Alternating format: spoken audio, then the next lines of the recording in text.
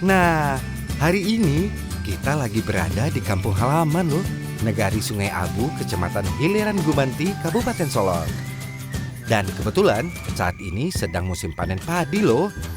Padi merupakan bahan pangan penghasil beras yang menjadi bahan makanan pokok bagi masyarakat Sungai Abu ini. Pertanyaannya, bagaimana sih cara panen padi di Nagari Sungai Abu ini?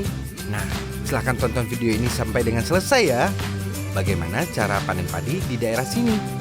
Nanti diawali dengan menyabit padi dan dibawa ke tambun atau tempat pengumpulan padi yang dibawa oleh seorang pembawa padi.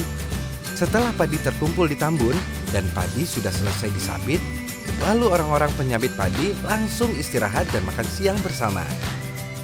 Jika sudah selesai, saatnya mulai untuk merontok padi menggunakan mesin perontok gabah agar padi bisa langsung dimasukkan.